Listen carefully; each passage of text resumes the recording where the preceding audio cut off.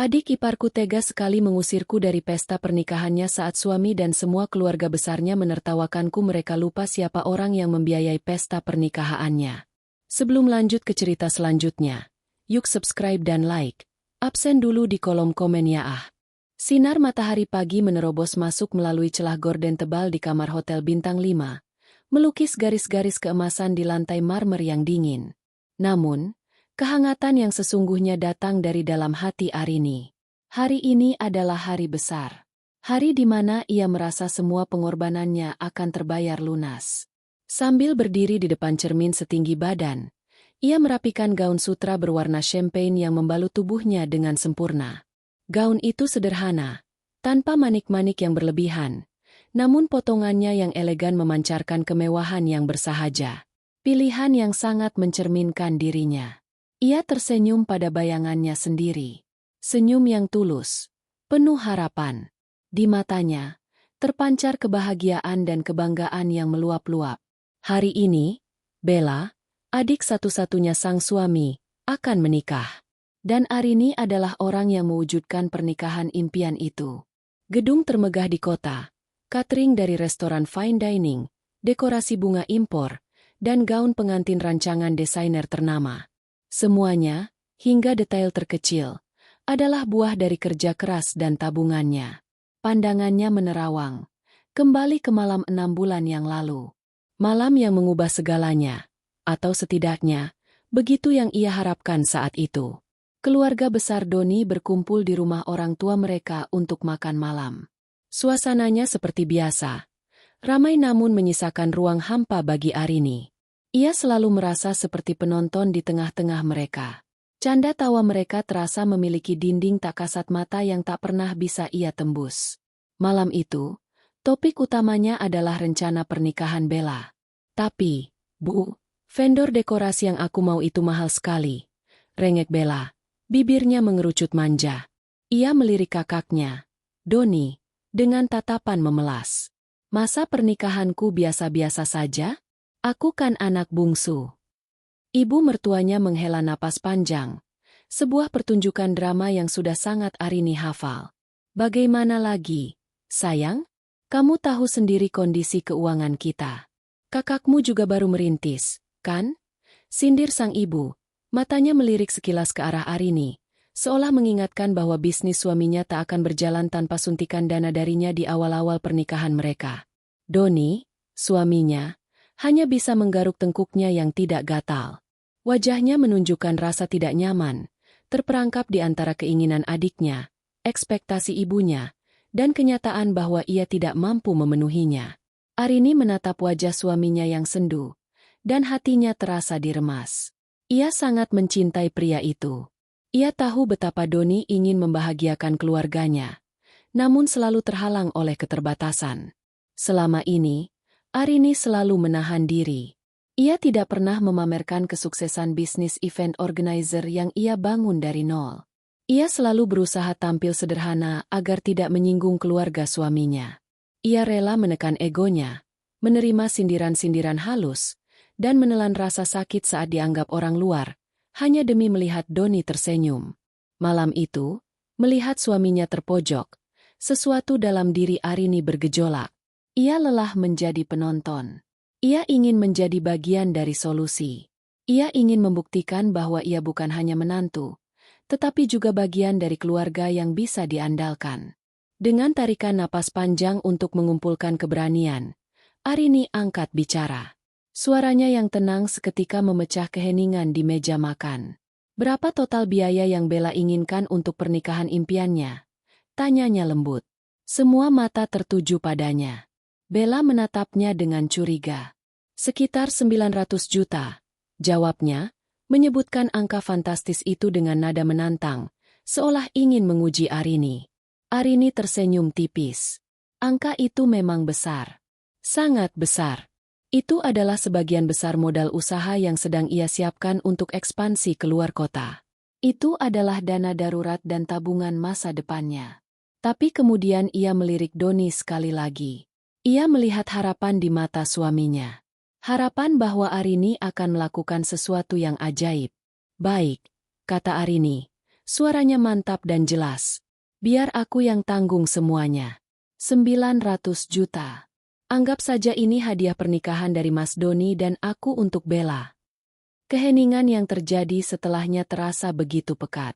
Ibu mertuanya sampai berhenti mengunyah. Bella menatapnya dengan mulut sedikit terbuka. Tidak percaya. Doni memandangnya dengan campuran rasa kaget, lega, dan mungkin sedikit rasa bersalah. Kamu serius, Rin? Tanya Doni, suaranya bergetar. Arini mengangguk. Senyumnya kini lebih lebar. Tentu saja, Mas. Kebahagiaan Bella kan kebahagiaan kita juga.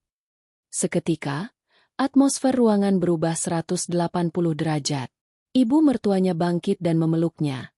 Pelukan yang terasa kaku dan canggung. Ya ampun, Arini, kamu memang menantu terbaik. Serunya dengan nada yang dibuat-buat. Bella memeki girang dan langsung memborbardirnya dengan rentetan permintaan detail pernikahan impiannya. Malam itu, untuk pertama kalinya, Arini merasa diterima. Tawa dan pujian yang ia terima terasa seperti melodi terindah. Ia meyakinkan dirinya sendiri bahwa ini adalah investasi terbaik yang pernah ia lakukan. Investasi untuk sebuah keluarga. Lamunannya buyar saat ponselnya bergetar. Sebuah pesan dari Doni. Aku dan keluarga sudah di jalan. Kamu jangan lama-lama. Ya, hari ini harus sempurna. Arini tersenyum membaca pesan itu. Pasti, gumamnya. Ia menyemprotkan sedikit parfum beraroma melati. Mengambil tas tangannya, dan menatap bayangannya di cermin untuk terakhir kali. Gaun ini, senyum ini, harapan ini, semuanya terasa begitu nyata. Ia tidak tahu bahwa dalam beberapa jam, semua harapannya akan dihancurkan berkeping-keping oleh orang-orang yang senyumnya rela ia beli dengan harga yang begitu mahal.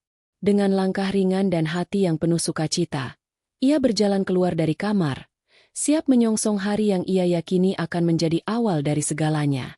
Gedung pernikahan itu menjulang megah di jantung kota. Sebuah monumen kemewahan berlapis kaca dan pualam yang berkilauan di bawah matahari siang. Saat Arini melangkah keluar dari mobilnya, valet yang sigap segera mengambil alih kemudi. Ia berhenti sejenak di depan lobi utama, menatap rangkaian bunga lili putih dan mawar peach raksasa yang membingkai pintu masuk. Hatinya membuncah oleh rasa bangga. Setiap kelopak bunga, setiap kristal pada lampu gantung di dalam sana, setiap detail yang memancarkan kemewahan, adalah hasil dari kerja kerasnya. Inilah istana yang ia bangun untuk Bella, adik iparnya. Dengan senyum yang masih terpatri di wajah, ia melangkah masuk. Aula utama sudah diubah menjadi taman fantasi. Langit-langitnya dipenuhi juntaian bunga wisteria artifisial. Sementara meja-meja bundar berbalut taplak satin telah tertata rapi, menunggu para tamu.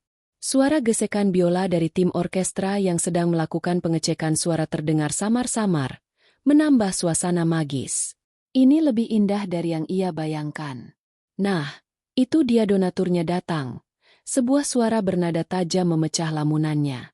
Arini menoleh dan mendapati ibu mertuanya berdiri di dekat pilar utama, mengawasinya dengan tatapan menilai.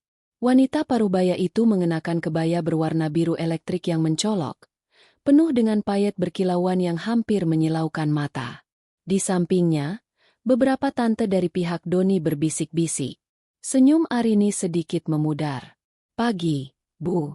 Sapa Arini dengan sopan, mencoba mengabaikan nada sindiran dalam ucapan ibu mertuanya. Sang ibu mertua tidak menjawab sapaannya. Matanya justru bergerak dari atas ke bawah, mengamati gaun champagne Arini dengan tatapan tidak suka. Gaunmu hanya begitu, Arini? Kukira sebagai orang yang membiayai semuanya, kamu akan tampil lebih, wah. Ini kan pesta 900 juta, bukan arisan RT. Cibirnya, cukup keras untuk didengar oleh para tante di sekelilingnya, yang kemudian terkikik pelan. Lidah Arini terasa keluh. Hatinya seperti ditusuk jarum es. Ia memilih gaun ini justru agar tidak terlihat lebih menonjol dari keluarga inti, terutama ibu mertua dan sang pengantin. Ia ingin menjadi pendukung di balik layar, bukan bintang utama. Namun, niat baiknya lagi-lagi disalahartikan.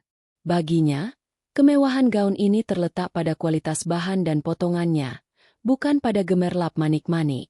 Saya ingin Bella yang menjadi pusat perhatian hari ini, Bu.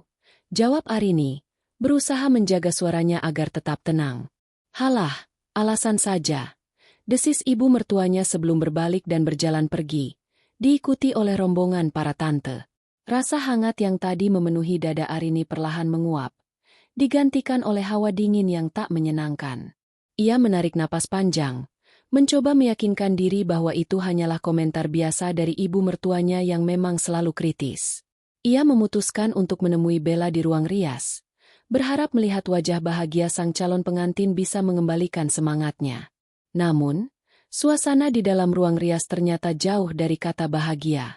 Ruangan itu terasa tegang. Bella duduk di depan meja rias dengan wajah cemberut, sementara sang prias pengantin tampak serba salah. Aku bilang aku tidak suka mawar pink. Kenapa ada mawar pink di handbouquetku? Bentak Bella pada asisten wedding organizer yang berdiri gemetar di sudut ruangan. Maaf, Mbak Bella. Tapi di daftar permintaan, memang tertulis mawar peach dan sedikit aksen soft pink.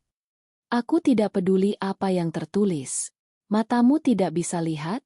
Ini merusak tema. Ganti sekarang juga.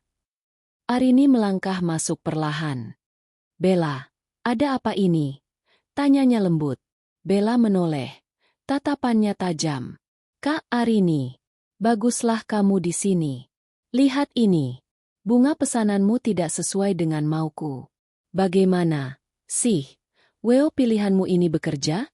Tidak profesional sama sekali. Tuduhnya. Seolah Arini yang secara pribadi memilih setiap kuntum bunga itu. Arini menghela napas. Ia ingat betul, ia dan Bella berdiskusi selama berjam-jam soal bunga, dan Bella sendiri yang menyetujui desain buket itu. Bella, coba tenang dulu. Buketnya cantik sekali. Kok? Warna pinknya kan hanya sedikit. Sebagai pemanis. Pemanis? Ini bencana. Potong Bella ketus. Sudah. Deh, kakak kan cuma bayar. Mana mengerti soal selera. Kata-kata itu, diucapkan dengan begitu enteng, menghantam Arini lebih keras daripada sindiran ibu mertuanya tadi. Cuma bayar. Seolah uang 900 juta itu ia temukan di jalan. Seolah tenaga, waktu, dan pikirannya yang terkuras selama 6 bulan terakhir tidak ada artinya. Merasa terluka dan bingung, Arini keluar dari ruang rias untuk mencari Doni. Ia butuh suaminya. Ia butuh pembelaan. Ia menemukan Doni sedang berbicara dengan beberapa sepupunya di dekat area catering. Wajah mereka tampak ceria. Mas, bisa kita bicara sebentar? Panggil Arini. Doni menoleh. Senyumnya sedikit luntur melihat raut wajah istrinya. Ia mengikuti Arini ke sudut yang lebih sepi. Ada apa, sayang? Kok mukamu tegang begitu? Ibumu menyindir gaunku.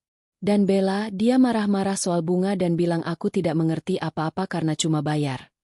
Aduh Arini, suaranya bergetar menahan tangis. Kenapa mereka begitu? Mas, aku sudah berusaha memberikan yang terbaik.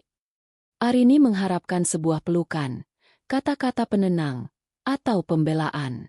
Namun yang ia dapatkan adalah helaan napas lelah dari suaminya. Rin, tolonglah mengerti, kata Doni pelan. Nadanya membujuk. Ibu kan memang begitu orangnya. Tidak usah dimasukkan ke hati. Dan Bella, dia itu lagi stres. Wajar kalau pengantin sedikit rewel menjelang acara. Namanya juga Bridezilla. Tapi kata-katanya menyakitkan. Mas. Sudah, ya? Kamu mengalah saja untuk hari ini. Ini hari bahagianya Bella. Jangan sampai ada drama, ya? Aku tidak mau pestanya jadi berantakan karena masalah sepele begini. Pinta Doni. Tangannya menepuk-nepuk pundak Arini dengan gerakan yang terasa hambar. Arini terpaku di tempatnya. Menatap suaminya tak percaya. Masalah sepele? Mengalah saja? Jadi, perasaannya dianggap tidak penting? Pengorbanannya dianggap angin lalu? Doni bahkan tidak sedikit pun mencoba memahami sudut pandangnya. Baginya, yang terpenting adalah acara berjalan lancar dan keluarganya senang. Perasaan istrinya? Itu bisa dinegosiasikan. Hawa dingin yang tadi ia rasakan kini berubah menjadi embun beku yang mulai menyelimuti hatinya. Ia merasa sangat sendirian di tengah keramaian pesta yang ia ciptakan sendiri. Ia bukan lagi sang donatur yang bangga, bukan menantu yang berbakti, bukan pula istri yang dicintai. Ia hanyalah orang luar dengan dompet tebal. Sambil menelan kepahitan yang menyumbat tenggorokannya, Arini memaksakan seulas senyum. Iya, Mas. Kamu benar. Aku akan coba mengerti. Arini mencoba menelan rasa kecewa yang pekat seperti gumpalan di tenggorokannya. Jawaban Doni lebih menyakitkan daripada sindiran ibu mertua dan amarah Bella. Itu adalah penegasan statusnya. Seorang penyandang dana yang perasaannya tidak relevan. Demi menjaga kedamaian yang rapuh, ia mengangguk pada suaminya dan menjauh, mencari sudut sepi untuk menenangkan gejolak di hatinya. Ia berdiri di dekat barisan pilar yang tersembunyi di belakang area VIP, memberinya pemandangan yang sempurna ke arah panggung pelaminan tanpa harus banyak berinteraksi. Para tamu undangan mulai berdatangan, memenuhi aula dengan suara tawa dan obrolan. Arini mengamati mereka dari kejauhan. Wajah-wajah dari kalangan atas, para kolega bisnis Doni, dan tentu saja, keluarga besar mereka. Ia melihat Rika, sepupu Doni yang paling terkenal dengan gaya hidup mewahnya. Rika sedang memamerkan tas tangan kulit buaya berwarna fuksia yang harganya mungkin setara dengan biaya 1 semester kuliah. Ia mengelilingi sekelompok kecil kerabat, memastikan semua orang melihat dan mengagumi aksesori mahalnya. Arini hanya tersenyum tipis. Dunia Rika dan dunianya terasa begitu berbeda. Prosesi akad nikah akan segera dimulai. Pembawa acara sudah bersiap di atas panggung, dan musik instrumental yang lembut mulai mengalun. Arini merasa sedikit haus dan mengambil segelas air putih dari nampan yang dibawa oleh seorang pramusaji. Ia hanya ingin membasahi tenggorokannya yang kering sebelum acara inti dimulai. Sambil memegang gelasnya, ia sedikit bergeser untuk mendapatkan pandangan yang lebih baik ke arah pintu masuk, tempat Bella akan segera berjalan. Saat itulah insiden itu terjadi. Seorang panitia keluarga yang tampak terburu-buru berjalan cepat dari arah berlawanan. Matanya sibuk memindai ruangan, sepertinya mencari seseorang. Bahunya menyenggol lengan Arini cukup keras. Guncangan itu membuat Arini terhuyung sedikit, dan beberapa tetes air dari gelasnya terciprat ke depan, mendarat tepat di permukaan tas fuksia milik Rika yang kebetulan sedang berdiri di dekatnya. Hanya beberapa tetes air bening. Noda kecil yang mungkin akan mengering dalam beberapa menit tanpa meninggalkan bekas. Namun, reaksi Rika seolah-olah Arini baru saja menyiramnya dengan seember lumpur. Pekiknya melengking. Suaranya membelah kelembutan alunan musik. Semua kepala di sekitarnya sontak menoleh. Tasku! Ya Tuhan, tasku! Rika mengangkat tasnya seolah benda itu terluka parah. Matanya membelalak ngeri pada beberapa titik basah yang nyaris tak terlihat. Ia kemudian mendongak dan menatap Arini dengan tatapan penuh api permusuhan. Kamu sengaja, kan? Tuduhnya dengan suara bergetar karena marah. Kamu lihat aku punya tas baru, terus kamu sengaja menumpahkan minumanmu ke sini. Kamu iri. Arini terperangah. Tidak, Rika, maafkan aku. Aku tidak sengaja. Tadi ada yang menyenggolku. Jelas Arini dengan panik. Ia segera merogoh tasnya, mencari tisu. Sini, biar aku lap. Ini hanya air putih. Pasti langsung kering. Jangan sentuh. Rika menarik tasnya, melindunginya seolah Arini membawa racun. Hanya air putih katamu? Kamu tahu tidak berapa harga tas ini? Ini limited edition. Kalau sampai bernoda, kamu tidak akan sanggup menggantinya seumur hidupmu. Keributan itu menarik perhatian lebih banyak orang, termasuk Bella, yang baru saja keluar dari ruang rias, siap untuk berjalan menuju pelaminan. Wajahnya yang sudah dirias sempurna tampak menegang saat melihat drama yang terjadi. Alih-alih menenangkan, kedatangannya justru menjadi bensin yang menyiram api. Ada apa ini ribut-ribut? Tanyanya dengan nada tinggi, matanya langsung tertuju pada Arini. Ini, Bel, kakak iparmu ini. Dia sengaja merusak tas baruku. Adu Rika dengan nada manja yang dibuat-buat, menunjuk Arini sebagai terdakwa. Arini mencoba membela diri. Bella, dengarkan aku. Itu kecelakaan. Aku sudah minta maaf. Namun, Bella tidak mendengarkan. Wajahnya memerah karena amarah. Insiden kecil ini, di matanya, adalah puncak dari semua kekesalan yang ia rasakan pagi itu. Gaun Arini yang menurutnya tidak pantas, bunga yang tidak sesuai seleranya, dan sekarang, keributan yang mempermalukan keluarganya di depan para tamu. Seolah Arini adalah sumber dari semua kesialan. Pembawa sial, desis Bella. Suaranya rendah namun penuh kebencian. Lalu, seakan bendungan emosinya jebol, ia berteriak. Suaranya melengking, bergema di seluruh aula yang mendadak senyap. Musik berhenti. Semua mata tertuju pada mereka. Dasar pembawa sial. Dari tadi pagi kamu itu sudah bikin masalah terus. Aku sudah cukup sabar. Arini mundur selangkah, terkejut oleh ledakan amarah yang begitu dahsyat. Jantungnya berdebar kencang. Aku tidak mau kamu ada di sini. Aku tidak mau pernikahanku dirusak oleh orang sepertimu. Lanjut Bella. Matanya nyalang menatap Arini. Ia mengangkat tangannya yang gemetar. Jari telunjuknya yang dihiasi kuku palsu berkilauan menunjuk lurus ke arah pintu keluar utama. Pergi dari sini, teriaknya lagi, lebih keras dari sebelumnya. Aku tidak mau melihat mukamu di pesta pernikahanku. Pergi, sekarang juga. Waktu seakan berhenti. Arini merasa ratusan pasang mata menusuknya dari segala arah.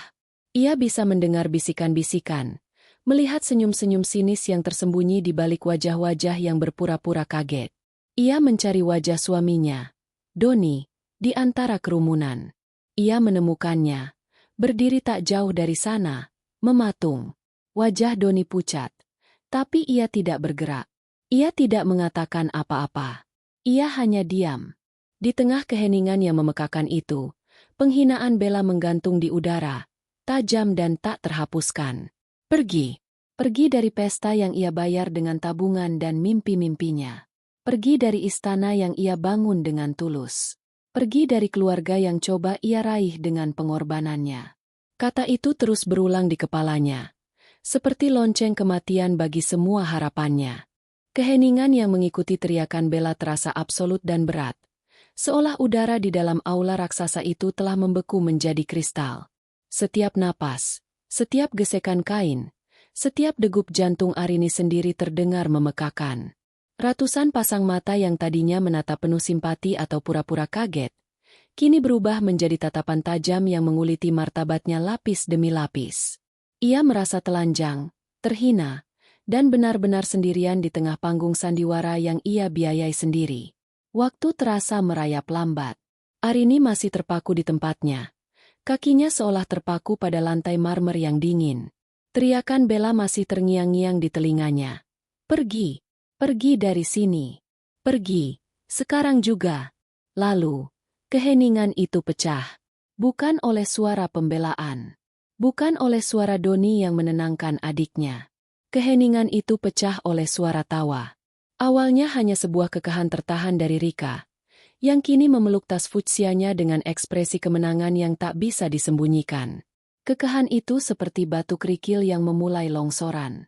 Tak lama, beberapa tante dan sepupu Doni ikut terkikik di balik kipas tangan mereka.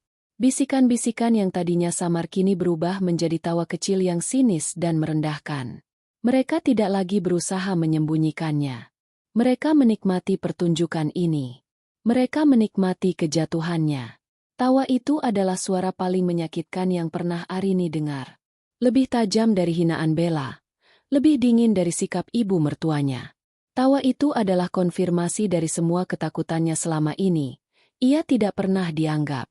Ia hanyalah orang luar, dompet berjalan. Sebuah anomali yang diterima hanya karena manfaat yang bisa diberikannya. Dan kini, saat mereka merasa sudah mendapatkan semua yang mereka inginkan, mereka membuangnya seperti sampah.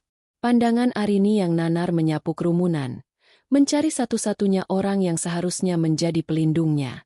Matanya akhirnya bertemu dengan mata Doni. Di sanalah ia melihat puncak dari pengkhianatan. Suaminya berdiri diam, membeku seperti patung lilin. Tidak ada kemarahan di wajahnya untuk membela sang istri. Tidak ada gerakan untuk menghampirinya. Tidak ada sepatah kata pun yang keluar dari mulutnya untuk menghentikan penghinaan ini. Yang Arini lihat hanyalah kepanikan seorang pengecut. Wajahnya pucat pasi. Matanya bergerak gelisah antara Arini, adiknya yang histeris, dan para tamu yang menonton. Doni terjebak. Dan dalam sepersekian detik yang terasa seperti keabadian, Arini melihatnya membuat pilihan. Doni mengalihkan pandangannya. Ia membuang muka. Dan pada saat itulah, sesuatu di dalam diri Arini patah.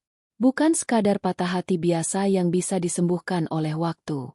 Sesuatu yang fundamental di dalam jiwanya retak, hancur berkeping-keping, lalu membeku menjadi es. Rasa sakit yang membakar di dadanya tiba-tiba lenyap, digantikan oleh kehampaan yang dingin dan menusuk.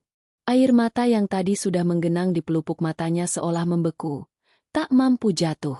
Cinta yang selama ini ia pelihara untuk Doni, harapan yang ia gantungkan pada keluarga ini, semua kehangatan dan kelembutan di hatinya, menguap dalam sekejap. Lenyap tak bersisa. Yang tertinggal hanyalah kesadaran yang jernih dan brutal. Mereka menertawakanku. Suamiku membiarkan mereka menertawakanku. Mereka semua menertawakan kebodohanku. Menertawakan ketulusanku yang mereka anggap keluguan. Senyum sinis Rika. Tatapan puas ibu mertuanya. Tawa para kerabat. Dan kebisuan Doni.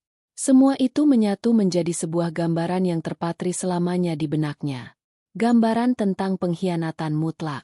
Tiba-tiba, Arini tidak lagi merasa sakit. Ia tidak lagi merasa malu. Ia hanya merasa kosong. Dan di dalam kekosongan itu, sebuah benih baru mulai tumbuh. Benih kemarahan yang dingin, terukur, dan mematikan. Dengan ketenangan yang mengejutkan dirinya sendiri, Arini menegakkan punggungnya. Dagu yang tadi sedikit tertunduk kini terangkat. Ekspresinya yang tadi penuh luka kini berubah datar. Dingin seperti es kutub. Ia menatap lurus ke arah Doni sekali lagi. Bukan dengan tatapan memohon, tetapi dengan tatapan seorang hakim yang telah menjatuhkan vonis. Tatapan itu begitu dingin hingga Doni, yang memberanikan diri untuk meliriknya lagi, tampak tersentak. Tanpa mengucapkan sepatah kata pun, Arini berbalik. Setiap gerakannya terasa disengaja dan penuh kendali.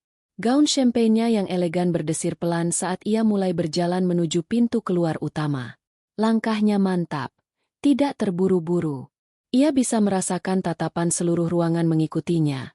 Tapi ia tidak peduli lagi. Tawa dan bisikan itu kini terdengar seperti dengungan serangga yang tidak berarti.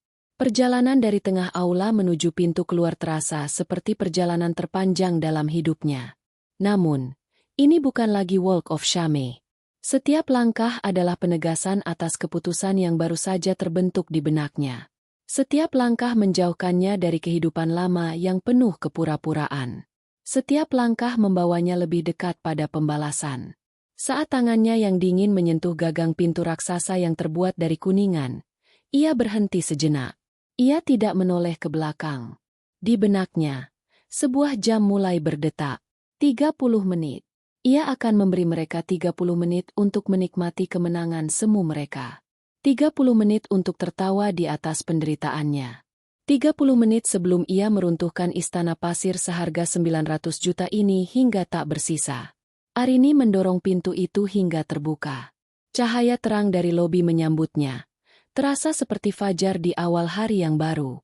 Ia melangkah melewati ambang pintu, dan suara tawa di belakangnya perlahan meredup saat pintu berat itu berayun menutup, membungkam masa lalunya untuk selamanya. Pintu kuningan yang berat itu berayun menutup di belakang Arini, meredam suara tawa dan musik yang kini terdengar seperti dengungan dari dunia lain.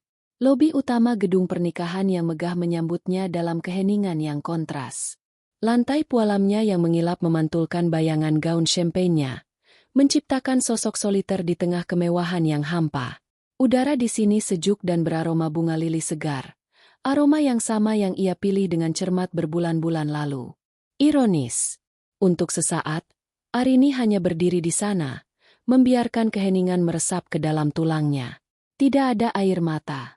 Rasa sakit yang membakar tadi telah mengkristal menjadi sesuatu yang jauh lebih berbahaya. Ketenangan yang dingin. Ia tidak lagi gemetar karena syok atau malu. Getaran yang menjalari tubuhnya kini adalah getaran dari energi baru yang terfokus, sebuah kekuatan yang lahir dari kehancuran total. Ia berjalan melewati meja resepsionis yang kosong, menuju area lounge yang tersembunyi di salah satu sudut lobi. Sofa beludru berwarna zamrud yang mewah tampak mengundang.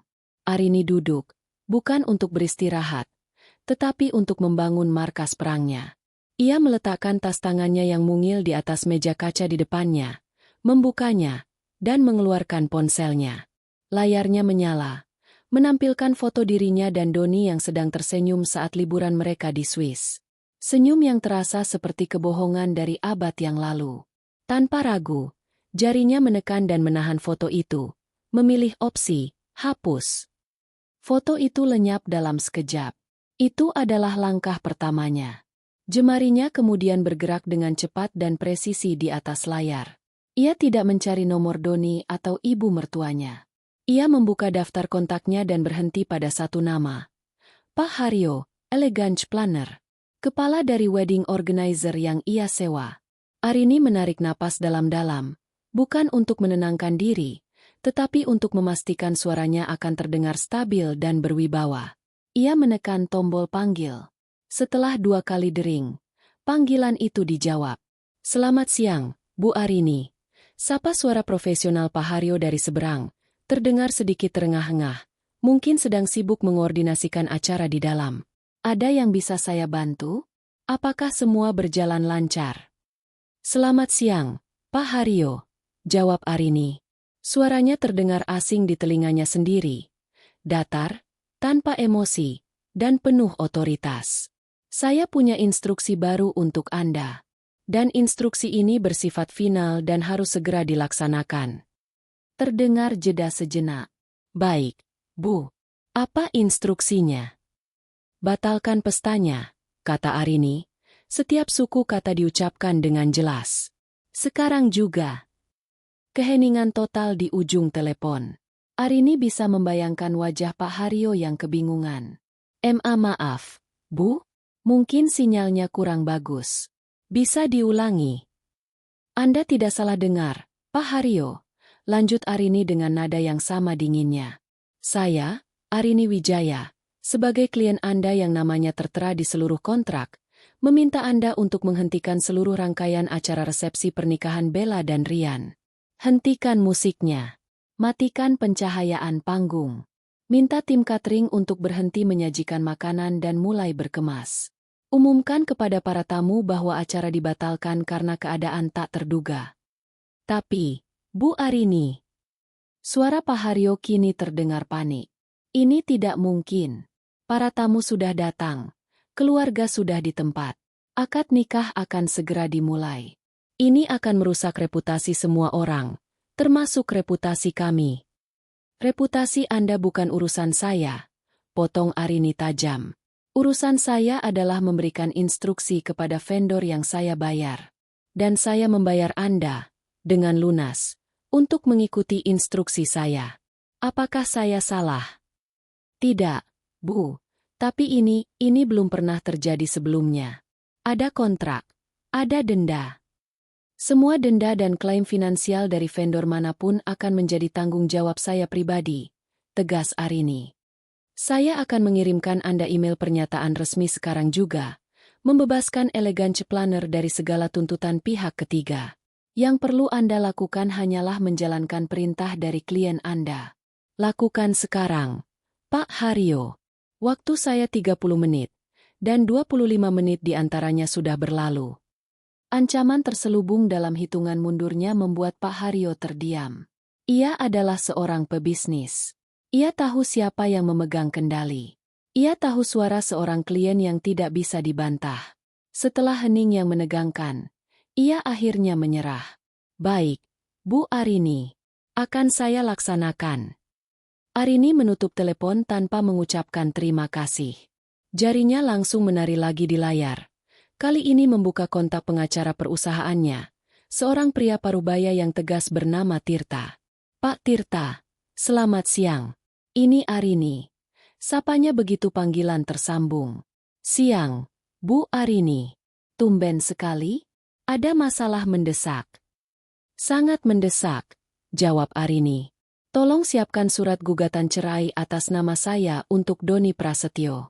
Alasan, penghinaan dan pengkhianatan yang tidak dapat didamaikan. Selain itu, segera ajukan permohonan pembekuan untuk semua aset gabungan kami, termasuk rekening bersama dan properti. Saya tidak ingin 1 rupiah pun berpindah tangan mulai detik ini. Lagi-lagi, keheningan. Pak Tirta, yang biasanya mendengar masalah bisnis, jelas terkejut. Bu, saya turut prihatin.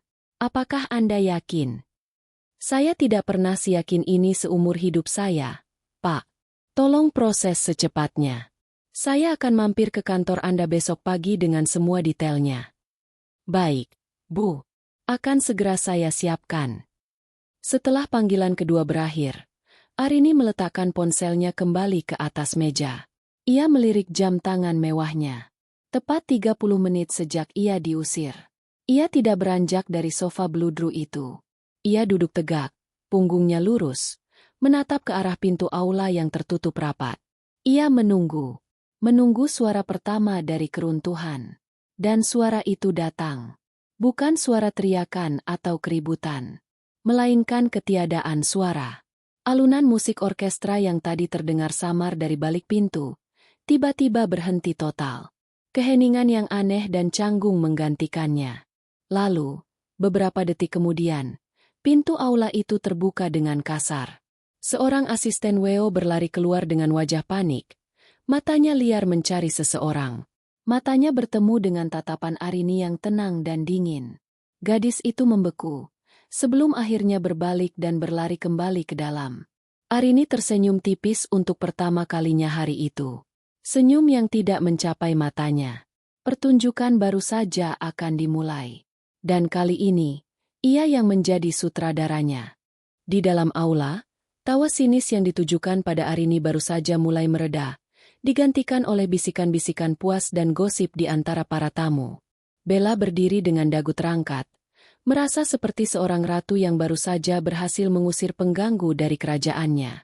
Doni, meskipun sedikit cemas, merasa lega karena drama itu telah berakhir. Ibu mertua Arini tersenyum tipis, bertukar pandang penuh kemenangan dengan Rika, yang masih mengelus-elus tasnya seolah benda itu adalah piala. Mereka semua mengira badai telah berlalu.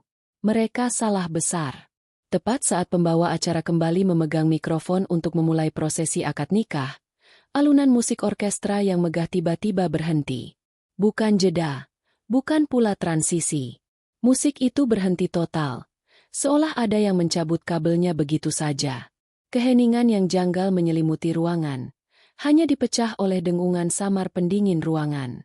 Para tamu saling berpandangan, alis mereka terangkat. Doni mengerutkan kening, melirik ke arah panggung sound system, mengira ada masalah teknis. Bella mendecakkan lidahnya dengan kesal. Astaga, ada apa lagi sih? Tidak profesional sekali. Keluhnya pada ibunya. Sebelum ada yang sempat bereaksi lebih jauh, lampu panggung utama yang menyorot pelaminan megah itu tiba-tiba padam. Disusul oleh lampu-lampu hias yang menggantung di langit-langit. Aula yang tadinya bermandikan cahaya keemasan yang hangat, kini berubah menjadi remang-remang, hanya diterangi oleh lampu darurat dan sisa cahaya sore dari jendela-jendela besar. Suasana bingung seketika berubah menjadi kepanikan kecil. Bisikan-bisikan kini terdengar lebih keras dan cemas. Mati listrik? Tanya seseorang. Tidak mungkin di hotel bintang 5 seperti ini, sahut yang lain. Di tengah kebingungan itu, Pak Haryo, sang kepala wedding organizer, berjalan ke tengah panggung dengan langkah berat. Wajahnya yang biasanya tenang dan penuh senyum kini tampak pucat dan kaku. Ia mengetuk mikrofon beberapa kali, menghasilkan suara, pok, pok, pok, yang menarik perhatian semua orang. Para tamu undangan yang terhormat, mulainya dengan suara yang sedikit bergetar, namun berusaha keras terdengar profesional. Kami memohon maaf atas ketidaknyamanan ini. Ia berhenti sejenak, menarik napas panjang seolah sedang mengumpulkan kekuatan untuk mengucapkan kalimat berikutnya. Dengan sangat menyesal, kami harus memberitahukan bahwa seluruh rangkaian acara resepsi pernikahan untuk Bella dan Rian dibatalkan.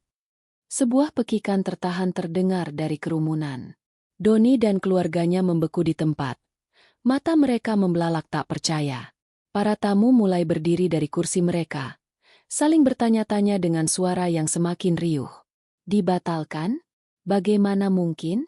Bella adalah yang pertama pulih dari keterkejutannya. Wajahnya memerah padam karena amarah yang meluap-luap. "Apa maksudnya ini?" teriaknya. Gaun pengantinnya yang mewah berdesir saat ia melangkah maju dengan marah menuju panggung. "Siapa kamu berani-beraninya membatalkan pernikahanku?" Doni dan ibunya menyusul di belakang. Wajah mereka sama-sama tegang. "Pak Haryo, ini pasti ada kesalahan," kata Doni dengan panik. "Mungkin ada masalah pembayaran? Biar saya urus, tapi jangan batalkan acaranya." Pak Haryo menatap keluarga itu dengan ekspresi yang sulit diartikan. Campuran antara simpati dan ketegasan seorang profesional yang terikat kontrak.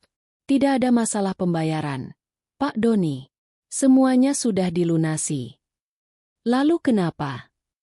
Siapa yang memberi perintah gila ini?" desak Ibu Prasetyo, suaranya meninggi. Pak Haryo menatap lurus ke mata mereka bertiga, dan dengan suara yang jelas dan tegas, ia menjatuhkan bom yang sesungguhnya. "Instruksi ini datang langsung dari klien kami. Penanggung jawab penuh dan satu-satunya nama yang tertera di seluruh kontrak acara ini," katanya, menekankan setiap kata. "Ibu Arini Wijaya." Nama itu menggema di udara, membuat ketiganya terdiam 1000 bahasa. Untuk sesaat, mereka tidak bisa memproses informasi itu. Arini? Wanita lemah lembut yang baru saja mereka usir dengan hina? "Bagaimana mungkin?" "Tidak mungkin," seru Bella histeris. "Dia tidak punya hak. Ini pernikahanku. Menurut kontrak yang beliau tanda tangani dan dana 900 juta yang beliau transfer dari rekening pribadinya, beliau punya semua hak, Bu Bella," jawab Pak Haryo dengan tenang, meskipun di dalam hatinya ia merasa ngeri. Ia memberi isyarat kepada timnya. Dan kemudian, pemandangan paling memalukan dalam hidup keluarga Prasetyo dimulai. Para pramusaji yang tadinya siap menyajikan hidangan pembuka, kini mulai mendorong kembali troli makanan mereka ke dapur. Tim catering mulai membungkus kembali buffet mewah yang sudah tertata rapi. Para dekorator dengan wajah masam mulai mencabuti rangkaian bunga anggrek dari meja-meja tamu. Para tamu, yang kini mengerti bahwa ini bukan lelucon, mulai bangkit dari kursi mereka. Beberapa menatap keluarga Prasetyo dengan pandangan kasihan, namun sebagian besar menatap dengan pandangan mencemooh. Gosip menyebar secepat api. Mereka kini menyadari kaitan antara pengusiran Arini dan pembatalan mendadak ini. Pesta yang dibiayai oleh kakak ipar yang kemudian diusir. Sungguh sebuah skandal yang lezat. Di tengah kekacauan itu, ponsel Doni bergetar hebat di sakunya.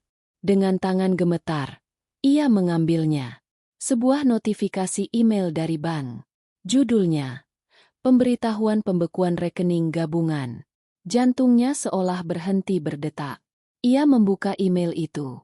Matanya terpaku pada kalimat, "Atas permintaan dari salah satu pemilik rekening, Sdri Arini Wijaya, melalui kuasa hukumnya, rekening gabungan dengan nomor telah dibekukan sementara hingga ada pemberitahuan lebih lanjut." Ponsel itu terlepas dari genggamannya dan jatuh ke lantai marmer dengan bunyi yang keras.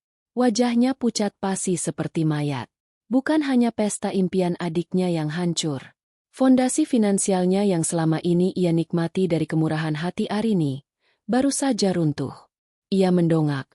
Matanya yang penuh kepanikan menatap ke arah pintu kuningan raksasa yang tertutup rapat. Di balik pintu itu ada Arini. Bukan lagi Arini yang penurut dan penuh senyum, melainkan Arini yang baru saja meruntuhkan dunia mereka hanya dengan 2 panggilan telepon. Tawa mereka 1 jam yang lalu kini terasa seperti racun yang membakar kerongkongan. Dan Doni tahu, dengan rasa ngeri yang membekukan, bahwa ini barulah permulaan. Kekacauan di dalam aula telah mencapai puncaknya. Para tamu undangan, yang tadinya datang untuk merayakan, kini berbondong-bondong keluar dengan ekspresi canggung dan bisikan yang menusuk. Mereka melewati keluarga Prasetyo yang berdiri membeku di tengah lantai dansa yang tak pernah digunakan, seperti monumen hidup bagi sebuah aib. Pelaminan seharga ratusan juta itu kini tampak seperti singgasana kosong di kerajaan yang telah runtuh. Para vendor bergerak cepat, membongkar dekorasi dan mengemasi peralatan dengan efisiensi yang brutal, seolah ingin menghapus jejak pesta yang tak pernah ada itu secepat mungkin. Di tengah reruntuhan impiannya, Bella akhirnya meledak. Raungan frustrasi dan amarah keluar dari tenggorokannya. Suara yang tidak pantas untuk seorang pengantin. "Arini!" jeritnya. Nama itu terdengar seperti kutukan. "Ini semua perbuatannya. Aku akan membunuhnya. Aku akan membunuhnya." Riasan wajahnya yang mahal kini luntur oleh air mata amarah, menciptakan jejak hitam di pipinya yang memerah. Doni, yang baru saja tersadar dari syok akibat email pembekuan rekening, tersentak oleh teriakan adiknya. Kepanikan finansial dan kemarahan yang membara memberinya tujuan. "Dia pasti masih di sini," desisnya, matanya menatap liar ke arah pintu keluar. Dia tidak mungkin pergi begitu saja. Dia harus membatalkan semua ini. Dipimpin oleh amarah buta, ketiganya, Doni, Bella yang gaunnya terseret-seret di lantai, dan ibu mereka yang wajahnya mengeras karena malu, menerjang keluar dari aula. Mereka tidak lagi peduli pada tatapan para tamu atau staf hotel. Misi mereka hanya satu, menemukan Arini dan memaksanya untuk memperbaiki kerusakan yang telah ia sebabkan. Mereka menemukannya dengan mudah. Arini duduk dengan tenang di sofa bludru zamrud di lounge lobby. Posisinya sama persis seperti saat ia ditinggalkan. Namun auranya telah berubah total. Jika tadi ia adalah korban yang terluka, kini ia adalah seorang ratu yang mengamati kehancuran dari singgasananya. Ia memegang secangkir teh melati yang entah didapatnya dari mana. Uapnya yang tipis menari-nari di udara yang sejuk. Saat mereka bertiga datang dengan napas terengah-engah dan wajah penuh amarah, Arini hanya mengangkat matanya perlahan, menatap mereka dari atas bibir cangkirnya dengan ketenangan yang mengerikan. "Kau!" bentak Bella, menunjuk dengan jari gemetar. "Iblis kau! Kau menghancurkan hari pernikahanku. Kau menghancurkan hidupku." Arini menyesap tehnya dengan anggun sebelum meletakkan cangkir itu kembali ke piringnya dengan bunyi klik yang pelan. "Aku?" jawabnya. Suaranya lembut namun mematikan. "Bukankah aku hanya menuruti keinginanmu, Bella? Kau berteriak memintaku untuk pergi dari pestamu. Jadi aku pergi. Dan tentu saja, aku membawa serta pestaku." Logika yang dingin dan tak terbantahkan itu membuat Bella terdiam. Mulutnya ternganga tak bisa berkata-kata. Ibu Prasetyo melangkah maju, mencoba taktik yang berbeda. Wajahnya yang marah ia ubah menjadi ekspresi sedih yang dibuat-buat. "Arini, nak, bagaimana bisa kau setega ini pada kami? Pada keluargamu sendiri? Setelah semua yang kami lalui bersama." Arini menoleh pada wanita itu. Tatapannya sedingin es. "Keluarga." Ulangnya. "Kata yang menarik untuk Anda gunakan, Bu. Setahu saya, keluarga tidak menertawakan salah satu anggotanya saat ia sedang dihina dan diusir di depan umum. Keluarga tidak bersekongkol di belakangnya. Yang Anda lakukan tadi, itu bukan perlakuan sebuah keluarga." Akhirnya, Doni yang maju. Wajahnya pucat pasi, bukan hanya karena marah, tapi juga karena ketakutan. "Arini, cukup sandiwaranya," katanya dengan suara putus asa. "Aku tidak peduli dengan pesta ini. Tapi rekening kita. Kenapa kau membekukannya? Itu uang kita berdua. Kita harus membayar tagihan, cicilan." Disinilah, untuk pertama kalinya, Arini memfokuskan seluruh perhatiannya pada Doni. Dan di matanya, Doni tidak lagi melihat kelembutan atau cinta yang dulu selalu ada di sana. Ia hanya melihat kekecewaan yang tak berdasar. "Uang kita." Arini terkekeh pelan, sebuah suara tanpa kegembiraan. "Doni, Doni, sejak kapan kau berpikir uang hasil kerja kerasku, uang dari perusahaan yang kurintis dari nol, menjadi uang kita? Aku memberimu akses ke sana karena aku pikir kau adalah suamiku, partner hidupku, pelindungku."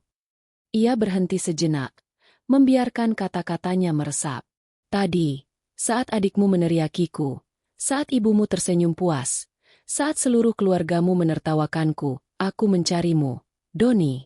Aku menatap matamu, berharap menemukan pembelaan, berharap menemukan suamiku." Arini berdiri dari sofa, gerakannya anggun dan penuh kendali. Ia berjalan mendekat, memaksa Doni untuk menatap matanya. Tapi yang kutemukan hanyalah seorang pengecut. Kau membuang muka. Kau membiarkannya terjadi. Di saat itu, kau bukan lagi suamiku. Dan seorang asing tidak punya hak atas uangku. Setiap kata adalah tamparan. Doni mundur selangkah. Kebenaran dalam ucapan Arini menghantamnya seperti gelombang pasang. Ia tidak bisa membantah. Karena semua itu benar. Ia telah memilih untuk diam. Ia telah mengorbankan istrinya demi menghindari konfrontasi dengan keluarganya. Semua ini bukan tentang uang, Doni, lanjut Arini. Suaranya kini melunak menjadi bisikan yang lebih tajam dari pisau. Ini tentang harga diri. Sesuatu yang kalian pikir bisa kalian injak-injak sesuka hati. Ternyata, harga diriku bernilai 900 juta dan seluruh aset yang pernah kubagikan denganmu. Ia mengambil tas tangannya dari meja. Pengacaraku sudah menyiapkan surat cerai. Dia akan menghubungimu besok. Selamat menikmati sisa hari kalian. Tanpa menoleh lagi, Arini berjalan melewati mereka. Langkah kakinya yang mantap di atas lantai pualam adalah satu-satunya suara di lobi yang hening itu. Ia berjalan menuju pintu keluar utama, di mana sebuah taksi yang telah ia pesan sedang menunggunya. Doni, Bella, dan ibu mereka hanya bisa berdiri mematung, menatap punggungnya yang menjauh. Mereka datang untuk konfrontasi, mengharapkan teriakan dan air mata. Namun yang mereka dapatkan adalah kekalahan telak yang disajikan dengan ketenangan yang membekukan. Mereka ditinggalkan sendirian di tengah kemewahan yang kini terasa mengejek, dengan kesadaran pahit bahwa mereka tidak hanya kehilangan sebuah pesta. Mereka telah kehilangan segalanya. Kepergian Arini meninggalkan keheningan yang lebih memekakan daripada kebisingan apapun. Langkah kakinya yang mantap di lantai pualam seolah menjadi ketukan palu hakim yang mengesahkan vonis mereka. Doni, Bella, dan Ibu Prasetyo hanya berdiri membeku di lobi yang luas itu, menjadi tontonan bisu bagi staf hotel yang berpura-pura sibuk dan beberapa tamu yang melirik penuh rasa ingin tahu. Kemewahan di sekitar mereka, lampu gantung kristal yang menjuntai, aroma bunga lili yang mahal, kini terasa seperti dekorasi di panggung teater tragedi mereka. Bella adalah yang pertama kali hancur. Ketenangan Arini yang dingin telah meremukkan amarahnya, menyisakan keputusasaan yang kosong. Ia menatap gaun pengantinnya yang indah, gaun impiannya, yang kini terasa seperti kostum badut. Isak tangisnya pecah, bukan lagi jeritan marah, melainkan raungan kesedihan yang menyedihkan. Hancur, semuanya hancur. Ratapnya, tubuhnya merosot ke lantai jika saja Doni tidak sigap menahannya. Pernikahanku, reputasiku, semua orang menertawakanku. Ibu Prasetyo, yang wajahnya sekeras batu pualam di bawahnya, menatap nanar ke pintu tempat Arini menghilang. Harga dirinya, pilar utama dalam hidupnya, telah diremukkan. Ia tidak bisa menerima kekalahan ini. Ini salahmu, desisnya tiba-tiba. Matanya yang tajam menoleh pada Doni. Doni, yang masih mencoba menenangkan adiknya yang histeris, menatap ibunya tak percaya. Salahku? Kenapa jadi salahku? Kau suaminya. Suara ibunya meninggi, bergetar karena amarah yang tertahan. Seharusnya kau bisa mengendalikannya dari dulu. Kau biarkan dia besar kepala, merasa lebih hebat dari kita semua. Kau biarkan dompetnya menjadi suaranya. Lihat hasilnya sekarang. Kita dipermalukan di depan semua orang. Aku? Balas Doni. Frustrasinya akhirnya meledak. Ibu dan Bella yang terus-menerus memprovokasinya. Ibu yang bilang aku harus menunjukkan siapa yang berkuasa. Kalian yang menertawakannya paling keras. Aku hanya. Ia berhenti, tidak bisa menyelesaikan kalimatnya. Ia hanya diam. Itulah kesalahannya. Sudah cukup, potong Bella, mendorong tangan Doni. Menyalahkan satu sama lain tidak akan mengembalikan pernikahanku. Kita harus melakukan sesuatu. Doni, telepon dia. Minta maaf. Berlutut kalau perlu. Suruh dia menghentikan semua ini. Wajah Doni mengeras. Kau pikir aku belum memikirkannya? Geramnya. Ia mengeluarkan ponselnya, menunjukkan layar panggilannya. Nomornya tidak bisa dihubungi. Dia memblokirku. Dia memblokir kita semua. Kenyataan itu menghantam mereka seperti dinding. Arini tidak hanya pergi. Ia telah menghapus mereka dari hidupnya. Pikiran Doni kembali pada mimpi buruk yang sesungguhnya. Keuangan. Dengan tangan gemetar, ia mencoba membuka aplikasi mobile bankingnya. Seperti yang ia takutkan, akses ditolak. Ia mencoba kartu kreditnya untuk memesan taksi online, berharap setidaknya satu masih berfungsi. Transaksi ditolak. Lagi. Dan lagi. Ada apa? Tanya ibunya, melihat kepanikan di wajah putranya. Kartunya, semua kartu tambahan dari rekening Arini, tidak berfungsi. Jawab Doni dengan suara tercekat. Rekening gajiku tidak akan cukup untuk membayar cicilan rumah, mobil bahkan untuk membayar parkir di sini. Kesadaran itu merayap perlahan, dingin dan menakutkan.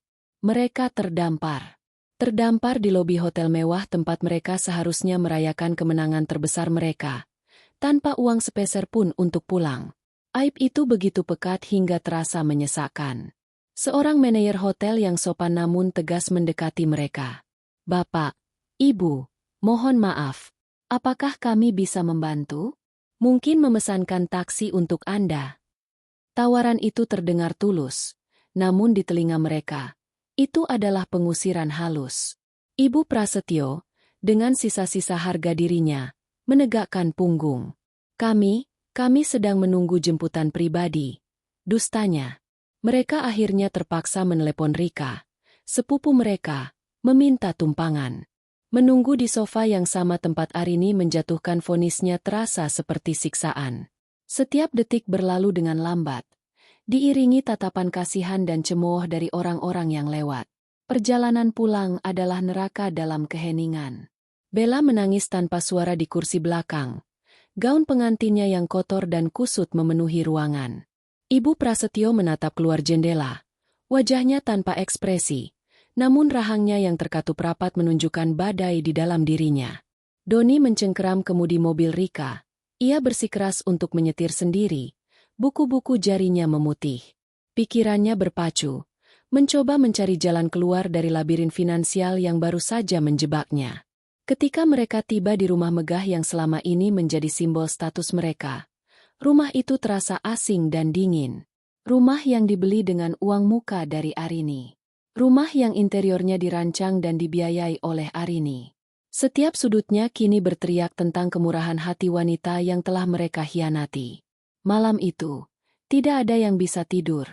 Mereka terkurung dalam kamar masing-masing, namun pikiran mereka semua berada di tempat yang sama.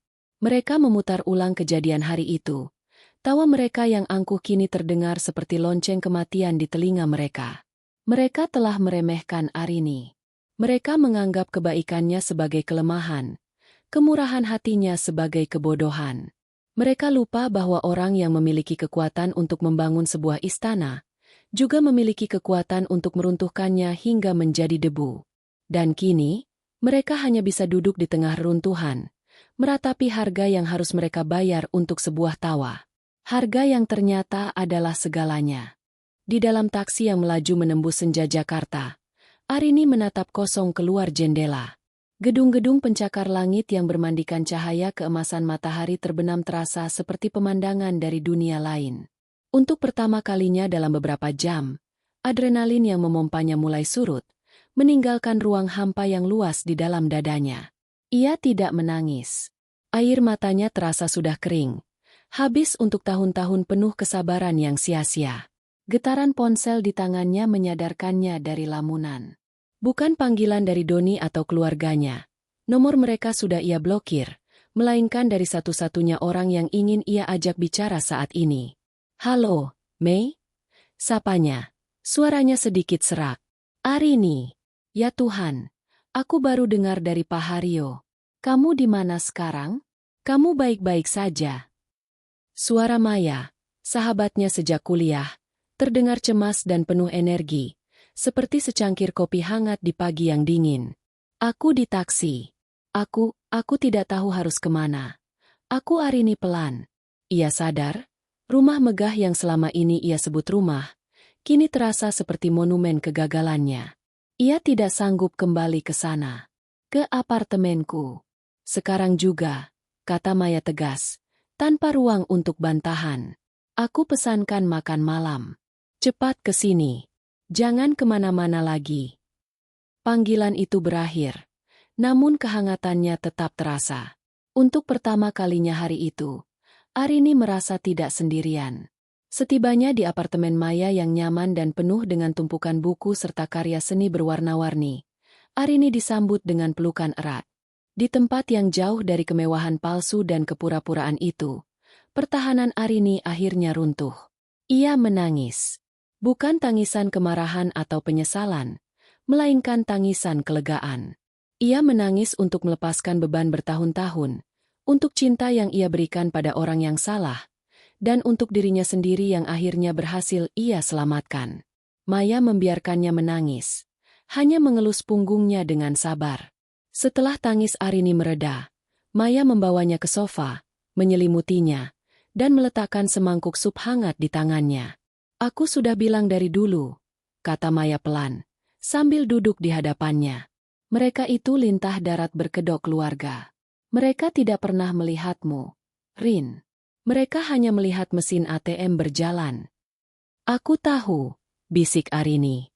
Tapi aku mencintai Doni. Aku pikir aku bisa mengubah mereka dengan kebaikanku. Aku pikir cintaku cukup. Cintamu lebih dari cukup. Merekalah yang tidak pantas menerimanya, sahut Maya. Kamu tahu apa yang paling membuatku bangga hari ini? Bukan karena kamu membatalkan pesta 900 juta itu. Tapi karena kamu akhirnya memilih dirimu sendiri. Kamu akhirnya sadar bahwa harga dirimu tidak bisa dibeli dengan senyum palsu dan permintaan maaf yang tidak tulus. Malam itu, mereka berbicara panjang lebar. Arini menceritakan semua detail kejadian di hotel, setiap tawa sinis, setiap pandangan merendahkan, dan momen krusial saat ia melihat kekosongan di mata Doni.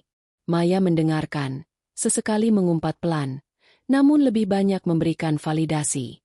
Ia mengingatkan Arini tentang semua mimpi yang pernah ia kesampingkan demi keluarga suaminya. Proyek bisnis baru, rencana perjalanan keliling dunia, kursus melukis yang selalu ingin ia ikuti. Mereka tidak hanya mengambil uangmu, Rin, kata Maya dengan tatapan serius. Mereka mengambil waktumu, energimu, dan apimu. Sekarang, saatnya mengambil itu semua kembali. Kata-kata Maya seperti percikan api yang menyalakan kembali sesuatu di dalam diri Arini. Sesuatu yang telah lama padam. Di tengah rasa sakit dan kehilangan, sebuah tunas baru mulai tumbuh. Harapan. Keesokan paginya, Arini bangun dengan perasaan yang berbeda. Langit Jakarta yang cerah seolah mencerminkan kejernihan baru di dalam pikirannya. Ia bukan lagi korban. Ia adalah seorang penyintas yang siap membangun kembali. Dengan bantuan Maya, ia mulai mengambil langkah-langkah konkret. Panggilan pertama adalah kepada pengacaranya, memberikan instruksi tegas untuk mempercepat proses perceraian dan pembagian aset, atau lebih tepatnya, penarikan kembali aset miliknya. Ia tidak akan memberikan 1 sen pun lebih dari yang diwajibkan oleh hukum. Panggilan kedua adalah kepada Dewan Direksi perusahaannya. Ia mengumumkan akan kembali aktif sepenuhnya, mengambil alih proyek ekspansi baru yang sempat tertunda. Suaranya di telepon terdengar mantap dan penuh otoritas, membuat para manajernya terkejut sekaligus lega. Sang ratu telah kembali ke singgasananya. Langkah terakhir adalah yang paling personal. Ia membuka laptopnya dan mencari informasi tentang sebuah villa kecil di tepi pantai Bali yang selalu ia impikan. Tempat di mana ia bisa mendengar deburan ombak dan merasakan hangatnya pasir di sela-sela jari kakinya. Tempat di mana ia bisa melukis, membaca, dan menemukan kembali dirinya yang hilang. Ia belum membeli villa itu. Tapi dengan mengkliknya, ia telah membeli sebuah janji untuk dirinya sendiri.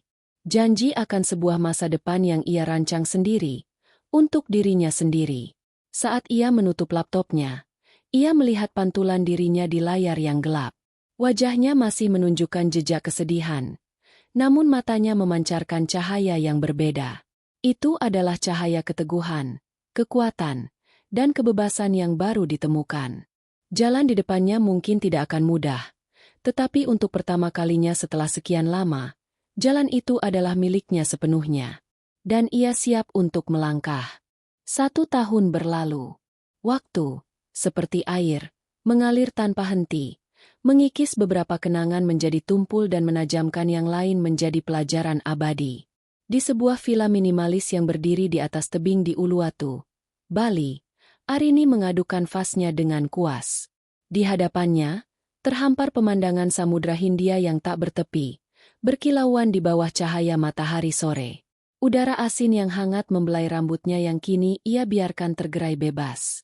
Ia mengenakan kaftan linen sederhana. Kakinya telanjang menapak di lantai kayu yang sejuk. Tidak ada lagi gaun desainer yang menyesakkan atau sepatu hak tinggi yang menyiksa. Yang ada hanya kedamaian. Villa ini, yang dulu hanya sebuah angan di layar laptop, kini adalah rumahnya. Ia mengelola bisnisnya dari jarak jauh, dengan efisiensi yang bahkan lebih baik dari sebelumnya. Tanpa drama keluarga yang menguras energinya, ia mampu memfokuskan seluruh perhatiannya pada inovasi dan ekspansi. Perusahaannya meroket, nilainya berlipat ganda. Namun, kesuksesan finansial itu kini terasa seperti bonus, bukan lagi tujuan utama. Tujuan utamanya adalah pemandangan di hadapannya saat ini. Ponselnya di atas meja bergetar, menampilkan foto Maya yang sedang tersenyum lebar. Arini mengangkatnya dengan senyum. "Jangan bilang kamu menelepon hanya untuk pamer matahari terbenam lagi," goda Maya dari seberang. "Tentu saja," jawab Arini. Tawanya terdengar ringan dan lepas. "Seseorang harus mengingatkanmu bahwa ada kehidupan di luar gedung-gedung beton Jakarta." "Haha, sangat lucu. Aku baru saja rapat dengan tim legalmu. Semuanya sudah beres. Rumah itu akhirnya terjual. Dan mobil-mobil itu sudah dilelang. Doni dan keluarganya sudah menandatangani surat-surat terakhir. Tidak ada lagi ikatan apapun." Arini terdiam sejenak, menatap ombak yang pecah di bawah. "Bagus," katanya singkat. Tidak ada rasa kemenangan dalam suaranya. Hanya kelegaan. Semoga mereka bisa memulai hidup baru. "Kamu terlalu baik, Rin," kata Maya. "Aku dengar kabar dari Rika. Kamu tidak akan percaya ini."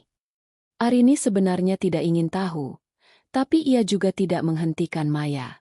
Sebagian kecil dari dirinya masih butuh penutupan. "Keluarga Prasetyo harus pindah ke kontrakan kecil di pinggiran kota," lanjut Maya. "Doni kehilangan pekerjaannya karena tidak bisa lagi menjaga Citra, pria suksesnya. Sekarang dia bekerja sebagai staf penjualan biasa, terbebani utang kartu kredit atas namanya sendiri. Bella.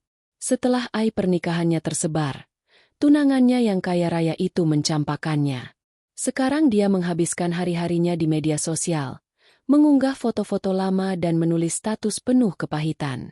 Dan ibunya, kehilangan panggung sosialnya adalah hukuman terberat. Tidak ada lagi arisan mewah. Tidak ada lagi pujian. Hanya ada dinding kontrakan yang kusam dan penyesalan." Arini mendengarkan dalam diam. Ia tidak merasakan kegembiraan. Yang ia rasakan hanyalah rasa kasihan yang samar. Mereka telah membangun istana di atas kesombongan, dan ketika fondasinya dicabut, istana itu runtuh menimpa mereka sendiri. "Bagaimana denganmu?" tanya Maya, mengubah topik pembicaraan. "Kapan aku bisa ke sana lagi? Aku butuh liburan." "Kapan saja, Mei. Pintu rumahku selalu terbuka untukmu," jawab Arini hangat. "Bawa saja laptopmu. Kita bisa bekerja sambil menikmati es kelapa muda." Setelah menutup telepon, Arini meletakkan kuasnya. Ia berjalan ke tepi balkon, bersandar pada pagar kayu, dan menarik napas dalam-dalam. Ia memikirkan Doni, pria yang pernah ia cintai dengan segenap hati. Ia memikirkan tawa mereka yang menggema di aula itu. Tawa yang telah menghancurkan satu dunia dan secara tak terduga membangun dunia yang lain untuknya. Dulu, ia pikir kebahagiaan adalah tentang berbagi hidup dengan seseorang. Kini ia sadar, kebahagiaan sejati dimulai dari menghargai diri sendiri. Ia telah membayar harga yang sangat mahal untuk pelajaran itu, tetapi imbalan yang ia dapatkan jauh lebih berharga. Kedamaian, kebebasan. dan kanvas kosong yang bisa ia lukis sesuka hatinya. Matahari perlahan tenggelam di cakrawala, meninggalkan sapuan warna jingga, ungu, dan merah muda di langit. Itu adalah lukisan terindah yang pernah ia lihat. Dan itu semua miliknya. Tanpa menoleh ke belakang, Arini tersenyum dan berbalik masuk ke dalam vilanya, menuju cahaya hangat yang menantinya di dalam.